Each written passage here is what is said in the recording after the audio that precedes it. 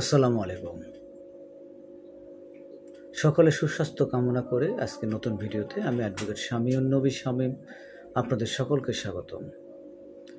যারা আমার নিয়মিত ভিডিও দেখছেন তাদেরকে প্রতি কৃতজ্ঞতা, যারা নতুন তাদেরকে আবারও শুভেচ্ছা। আমি চেষ্টা করি পারতপক্ষে আইন বিষয়ে কথা বলার জন্য। সাধারণ মানুষ হিসাবে আমরা আইনকে যত জানব, আমি বিশ্বাস করি তত মানুষ আইনমুখী হবে, শৃঙ্খলাবদ্ধ জীবনযাপন করে সুন্দর একটি সমাজ গড়ে উঠবে। আজকে খুব গুরুত্বপূর্ণ একটি বিষয় নিয়ে আলোচনা করব। যারা আমার চ্যানেলের নিয়মিত তাদেরকে অনুরোধ করব, বা নতুন তাদেরকেও অনুরোধ করব, আসুন আপনারা লাইক কমেন্ট করেন, শেয়ার করেন এবং এরকম নিয়মিত ভিডিও পেতে অবশ্যই সাবস্ক্রাইব করে রাখবেন আগামীতে আরও সুন্দর সুন্দর ভিডিও পাওয়ার জন্য। আজকে নারী শিশু নির্যাতন আইন নিয়ে আমরা কথা বলবো। সম্প্রতি 2025 সালে একটি সংশোধন এসেছে। বিশেষ করে স্বামী স্ত্রীর ক্ষেত্রে যেটা হয়ে থাকে, যৌতুকের কারণে যে নির্যাতন, যৌতুকের দাবিতে নির্যাতন করে যদি আমাদের বাড়ি থেকে বাড়ি করে দেয়, অর্থাৎ শারীরিক নির্যাতন, তাহলে প্রথম কাজ হবে আপনার কি? শারীরিক নির্যাতন যদি আপনাকে পিটে মারে বের করে দেয়, হয়তো চুল ধরে মারছে, হয়তো লাঠিতে আঘাত করেছে, যেখানে কোনো হাত ভাঙেনি বা সেলাই পড়েনি, ধারাল কোনো অস্ত্র নয়, হতে পারে হাতের কিল, হতে পারে লাঠি, হতে পারে জুতো, চুলের মুঠি, মারাত্মক কোনো জখম প্রাপ্ত হননি, সেলাই পড়েনি, ধারালো অস্ত্র দিয়ে আঘাত করেনি, তাহলে প্রথম কাজ হবে আপনাকে অবশ্যই হাসপাতালে যাওয়া।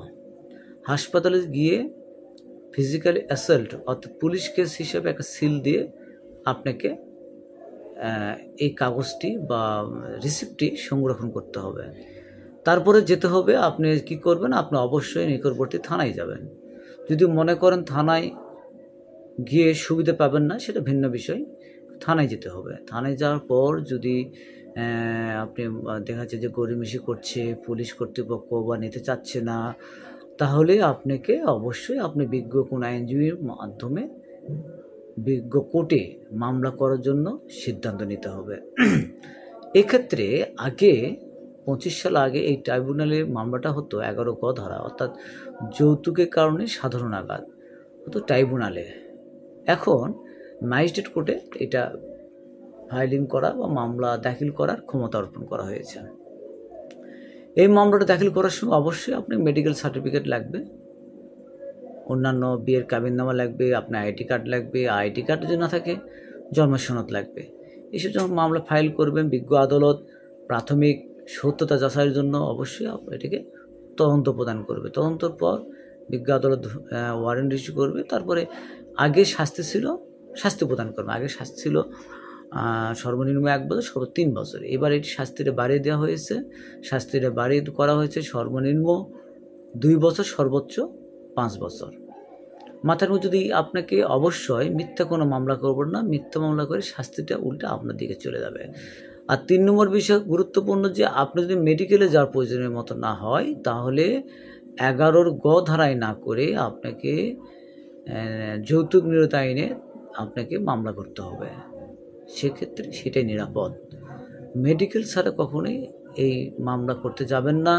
11 ধ গ এক সময় আপোষযোগ্য ছিল, এখন আপোষযোগ্য করা হয়। যে কোনো সময় স্বামী স্ত্রী আপোষ মীমাংসা করে সংসার করলে মামলা প্রত্যাহার করে নিতে পারবেন। আমরা চাই না